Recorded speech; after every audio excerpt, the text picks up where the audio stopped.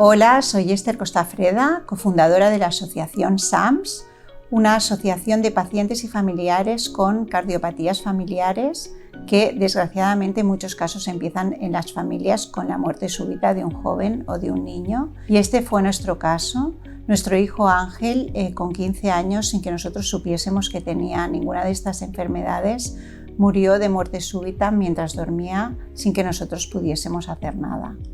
Y fue a raíz de su muerte, al cabo de unos años, que fundamos la asociación SAMS con toda una serie de objetivos muy claros y el principal fue el de salvar vidas.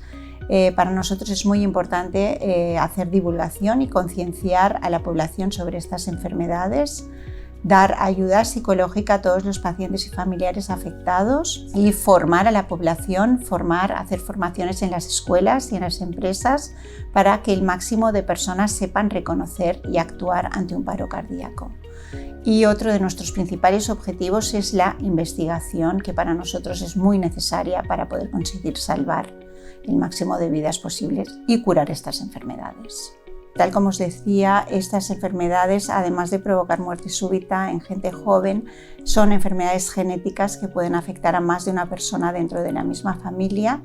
Y esto fue el caso en nuestra propia familia, en la que tuvimos otra persona afectada. Y en estos casos, cuando se descubren este tipo de enfermedades,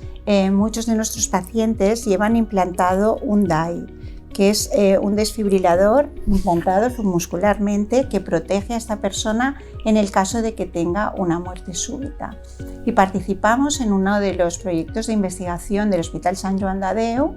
que es el de monitorización remota, que permite controlar este tipo de personas que llevan este tipo de aparatos.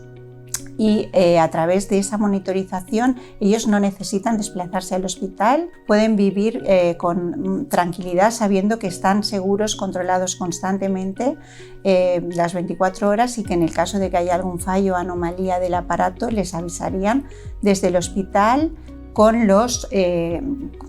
el hecho de que además permite un ahorro para el sistema sanitario, ya que todo esto se puede hacer sin el desplazamiento del paciente.